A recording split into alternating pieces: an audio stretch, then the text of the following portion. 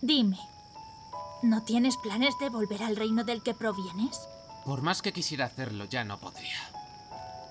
¿Es por cómo se pondrían tus padres ante la idea de ser un monje?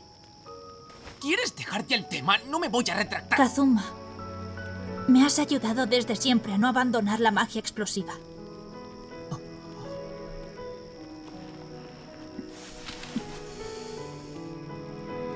Además, todavía no me has dado más de 120 puntos por una explosión.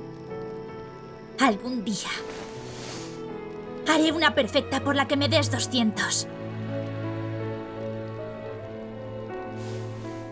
Bueno, tampoco es que haya sido un calvario vivir con vosotras. Y la recompensa por salvar mi aldea natal debe estar al caer. Sí, es verdad. Y hacerme monje no garantizará estabilidad a mi salud mental.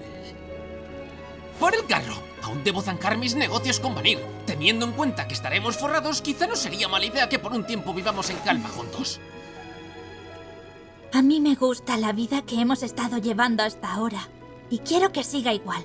Correr y superar peligros es algo que me encanta hacer junto a vosotros.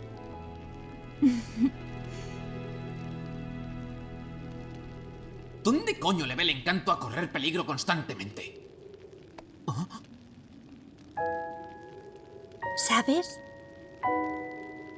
Ojalá todo pueda seguir tal y como está ahora entre nosotros. ¡Kobar! ¡Qué empalagosa está la cosa! ¿Qué pretende hacer Megumin cogiendo mi mano? ¿Será este mi momento de gloria? ¿Es que quiere que le meta ficha?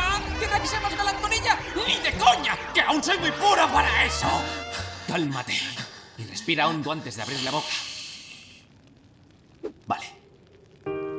Megumin, yo quizás puedo replantearme